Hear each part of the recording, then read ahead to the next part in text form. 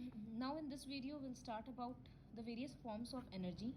इसके पहले वाले वीडियो में हम लोग देखे थे कि एनर्जी क्या होता है. Energy is the capacity to do work. दोनों का यूनिट इस वजह से सेम ही है. वर्क का भी जूल होता है और एनर्जी का भी. और वर्क का हम लोग फॉर्मूला क्या देख रहे थे, W equals to F into S.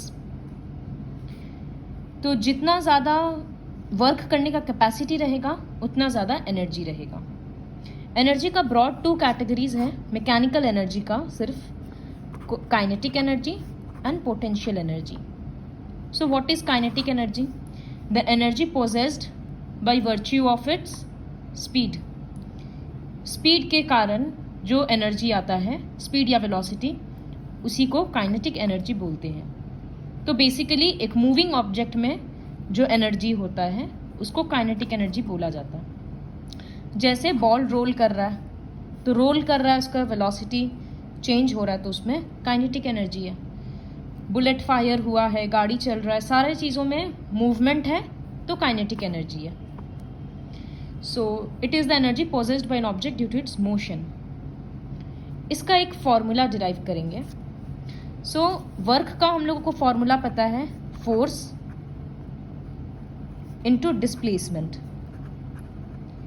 लेकिन अभी के लिए डिस्प्लेसमेंट और डिस्टेंस को हम एक ही ले रहे हैं, क्योंकि अगर स्ट्रेट पाथ में जा रहा है, कहीं टर्न नहीं है, तो डिस्टेंस और डिस्प्लेसमेंट एक ही होता है ना.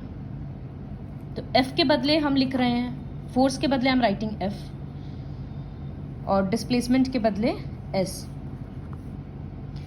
एक फॉर्मूला याद होगा तुम लोगों को, v square minus you square equals to 2as. Motion में देखे थे.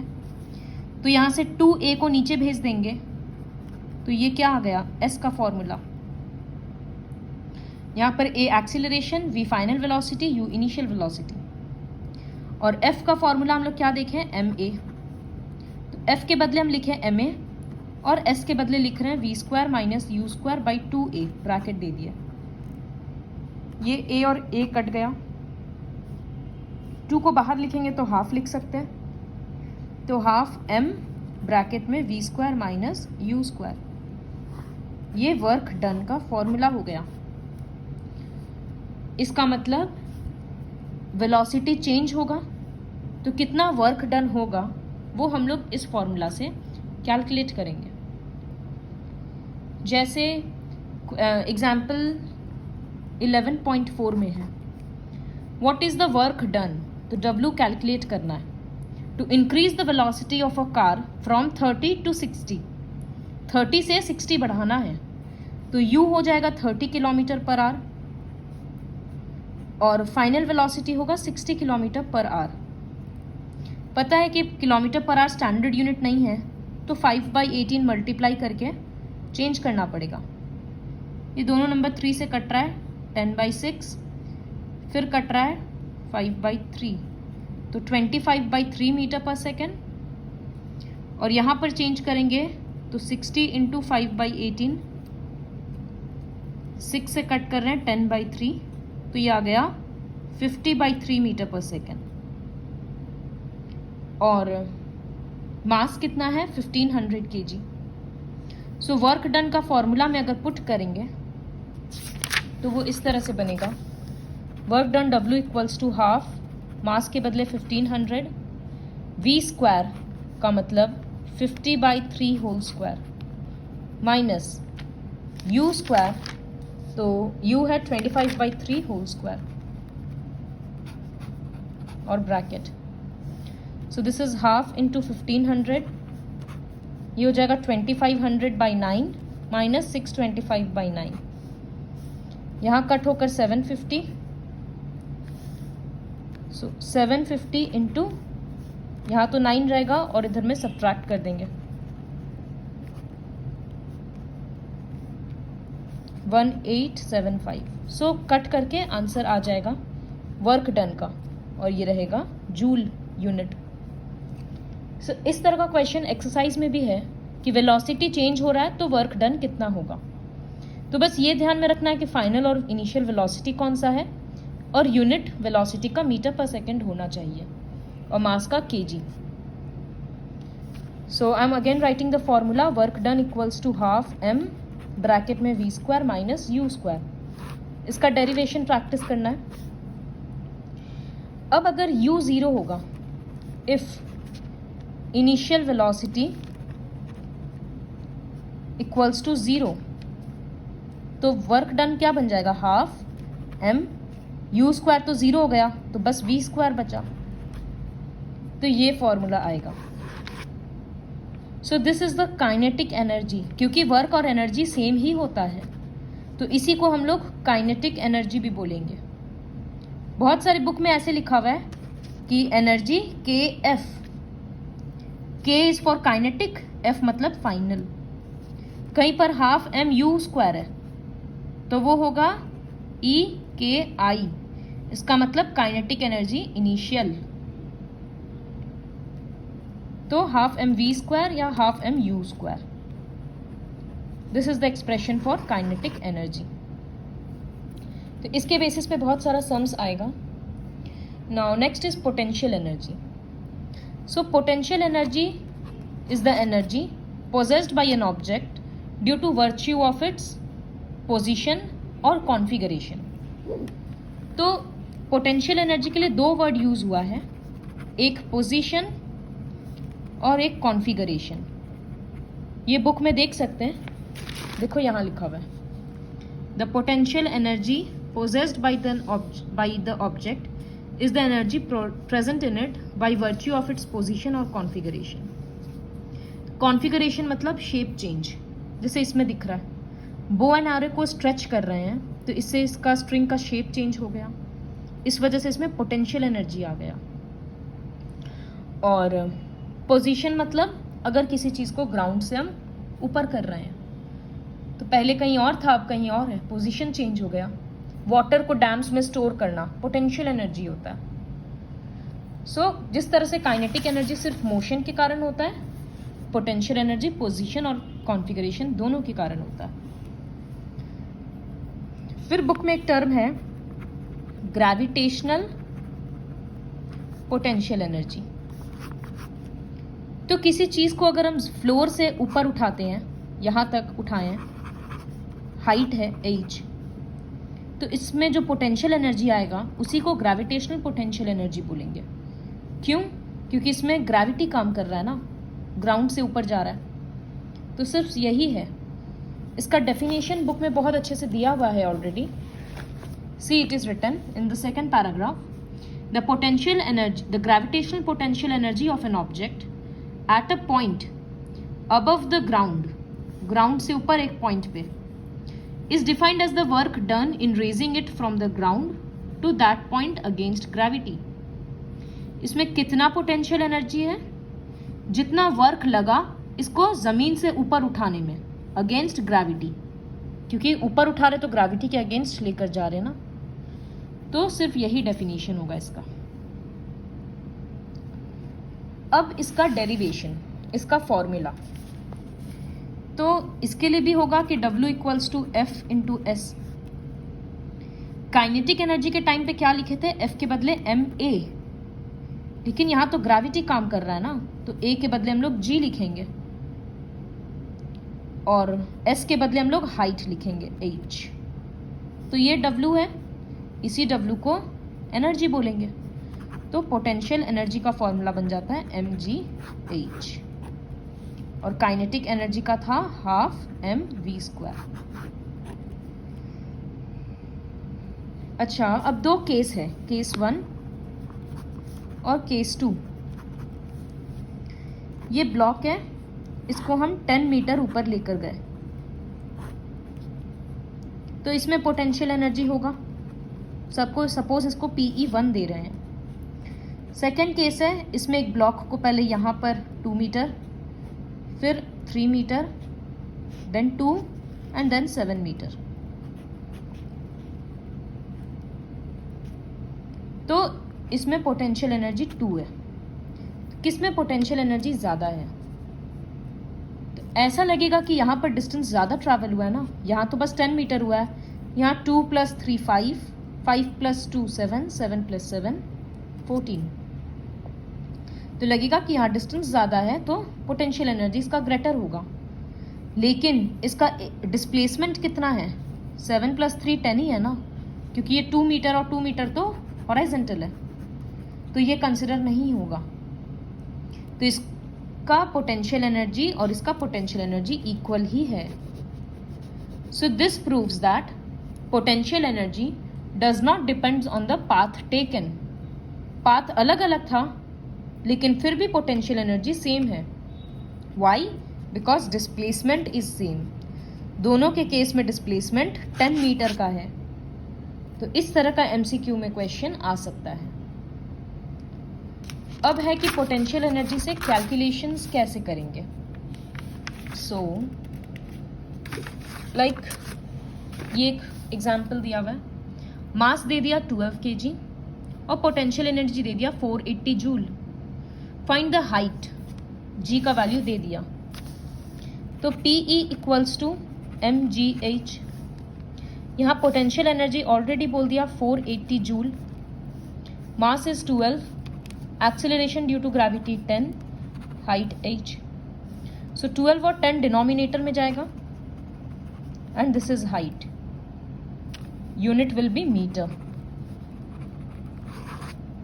सो इस तरह से क्रॉस मल्टीप्लाई करके भी पोटेंशियल एनर्जी का सम्स आता है। Next is, are various forms of energy interconvertible? Obviously yes. एक फॉर्म ऑफ एनर्जी को दूसरे में कन्वर्ट कर सकते हैं, लेकिन law of conservation of energy के according energy can neither be created nor be destroyed, it is always constant. For example, पानी यहाँ पर स्टोर किया गया है, okay, so water is stored here. अब डैम का गेट खोल दिया गया, पानी बह रहा है ऊपर से, तो अभी पानी में कौन सा एनर्जी था, वो एक हाइट पे स्टोर किया हुआ ना, तो उसमें पोटेंशियल एनर्जी था। बाद में क्या हुआ, वो फ्लो कर रहा है तो उसका वेलोसिटी इंक्रीज होते जा रहा है, तो उसमें काइनेटिक एनर्जी इंक्रीज होते जा रहा है, लेकिन हाइट तो कमते जा रहा है ना। पहले अगर वो 1 किलोमीटर के हाइट पे स्टोर था, अब वो 900 मीटर हो गया, फिर 800 हो गया, इस तरह से कमते जाएगा हाइट। तो पोटेंशियल एनर्जी डिक्रीज हो रहा है, लेकिन काइनेटिक एनर्जी उतना ही क्वांटिटी में इंक्रीज हो जा रहा है। तो जैसे जैसे वो नीचे जाते जाएगा उसका स्पीड और इंक्रीज होते जाएगा, तो काइनेटिक एनर्जी बढ़ते जाएगा और पोटेंशियल एनर्जी कम होते जाएगा। फिर जब वो ग्राउंड तक आ जाएगा तो उसका वेलोसिटी सबसे हाईएस्ट रहेगा उस पॉइंट पे, तो इसी वजह से काइनेटिक एनर्जी मैक्सिमम रहेगा और पोटेंशियल एनर्जी 0 भी हो जाएगा। बाद में यही पानी एक टरबाइन रोटेट करेगा, तो उस टरबाइन में एनर्जी आएगा, फिर वही जनरेटर में देगा, तो उससे इलेक्ट्रिकल एनर्जी में कन्वर्ट हो जाएगा। तो हर पॉइंट पे जितना एनर्जी था उतना ही रहेगा, 1000 जूल था तो 1000 रहेगा, लेकिन उसका फॉर्म कन्वर्ट हो जा रहा है, फॉर्म चेंज हो जा रहा है। So this is law of conservation of energy, कि at any point energy constant है, बट उसका फॉर्म चेंज हो सकता है। कभी वो मैकेनिकल था, लास्ट में वो इलेक्ट्रिकल बन गया। तो इसीलिए यहाँ पर लिखा है कि PE + KE = कांस्टेंट। तो पोटेंशियल एनर्जी के बदले लिख दिया mgh और काइनेटिक के बदले 12 mv²। इसका वैल्यू कांस्टेंट है। ये रहा फ्री फॉल का एग्जाम्पल दिया कि फ्रीली फॉलिंग ऑब्जेक्ट, उसका हाइट तो कमते जा रहा है क्योंकि वो नीचे गिर रहा है। हाइट कमने से पोटेंशियल एनर्जी कम रहा है, लेकिन जितना पोटेंशियल एनर्जी डिक्रीज हो रहा है उतने ही इक्वल क्वांटिटी में काइनेटिक एनर्जी इंक्रीज हो रहा है। तो overall the energy is constant. This is the topic of law of conservation of energy. Next is rate of doing work. इस मतलब काम कितना जल्दी हो रहा है, तो rate of doing work. Work को किससे लिखेंगे, W से। जब जब रेट लग जाता है इसका मतलब बाई टी हो जाता है, तो W/T। ये फॉर्मूला होता है पावर का, कि काम कितना ज़्यादा जल्दी हो रहा है, दैट इज पावर। तो power is defined as the rate of doing work और rate of transfer of energy, क्योंकि हर जगह पे वर्क के बदले हम लोग एनर्जी लिख सकते हैं। इसका एसआई यूनिट होता है watt. So what is 1 watt? When 1 joule of work is done in 1 second, then the power is said to be 1 watt. तो 1 watt equals to 1 joule by 1 second. तो W का unit क्या पड़ रहा है? Joule by second, जिसको लिख सकते हैं जूल और S माइनस। ये सारा पहचानना बहुत ज़रूरी है। जैसे F इक्वल्स टू ma होता है, तो F का न्यूटन, मास का kg, यूनिट का मीटर पर, एक्सीलरेशन का मीटर पर सेकेंड स्क्वायर। तो न्यूटन का एक दूसरा ये भी होता है kg मीटर पर सेकेंड स्क्वायर। उसी तरह से वॉट के बदले ये होता है जूल पर सेकेंड। फिर वॉट बहुत छोटा यूनिट है, तो उसके बदले 1 किलो वॉट भी लिखा जाता है, जिसका मतलब होता है 1000 वॉट्स। 1000 वॉट मतलब 1000 जूल पर सेकेंड। तो ये सब MCQs के लिए बहुत अच्छे से ध्यान रखना पड़ेगा। जिस तरह से हम लोग एवरेज स्पीड निकालते हैं ना, total distance by total time, average velocity निकालते हैं, ठीक उसी तरह से एवरेज पावर भी होता है। ये होता है total energy by total time. हम बोले थे, ऐसे हम बोले फॉर्मूला W/T है, लेकिन हम बार बार बोल रहे हैं जहां वर्क है उसके बदले हम एनर्जी लिख सकते हैं। तो ये एवरेज पावर का फॉर्मूला है। अब जैसे जो इलेक्ट्रिसिटी बिल आता है, तो उसमें कितना एनर्जी कंज्यूम हुआ, तो एनर्जी कंज्यूम्ड ये होगा पावर इनटू टाइम। क्यों? क्योंकि हम P को लिख सकते हैं E/T, तो एनर्जी क्या होगा? Power into time. पावर का यूनिट वॉट, और टाइम को लिया जाता है सेकेंड्स में, लेकिन ये बहुत छोटा यूनिट हो जाता है, तो इसीलिए पावर के बदले किलो वॉट यूज़ किया जाता है और टाइम के बदले आवर। सो ये है 1 unit. This is the commercial unit of energy. Electricity वगैरह के बिल के कैलकुलेशन में किलो वॉट आवर यूनिट को यूज़ किया जाता है कि 1 घंटा में कितना किलो वॉट यूज़ हुआ है। सो 1 यूनिट इक्वल्स टू 1 kWh। तो 1 किलो वॉट का मतलब 1000 वॉट, और आवर को सेकेंड में करेंगे तो 3600 सेकेंड्स। अब 1000 इंटू 3600 तो 360 और 30, और ये बन गया वॉट सेकेंड WS। तो इसको हम एक्सपोनेंशियल फॉर्म में ऐसे लिख सकते हैं, 5 0 के लिए 5 आएगा, 1 डेसिमल लाए तो पावर 6 आएगा, और वॉट सेकेंड के बदले जूल लिख सकते हैं। तो ये है 1 यूनिट ऑफ एनर्जी। इसका मतलब अगर बोला जाता है कि 1 यूनिट एनर्जी कंज्यूम हो गया, तो हम लोग इतना जूल ऑफ एनर्जी कंज्यूम किए हैं। ये सब इलेक्ट्रिसिटी के कैलकुलेशन में यूज होता है, 2 यूनिट 3 यूनिट। जैसे एग्जाम्पल 11.9 है, एक इलेक्ट्रिक बल्ब का रेटिंग है 60 वॉट। 60 वॉट ये यूज किया, वॉट है मतलब पावर है, तो P इक्वल्स टू 60 वॉट। कितना घंटा यूज हुआ? टाइम होगा 6 आवर्स लिखा है। तो कैलकुलेट द यूनिट, कितना एनर्जी कंज्यूम हुआ। तो एनर्जी क्या है? Power into time. लेकिन ये बात याद रखना कि पावर को किलो वॉट में करना होगा।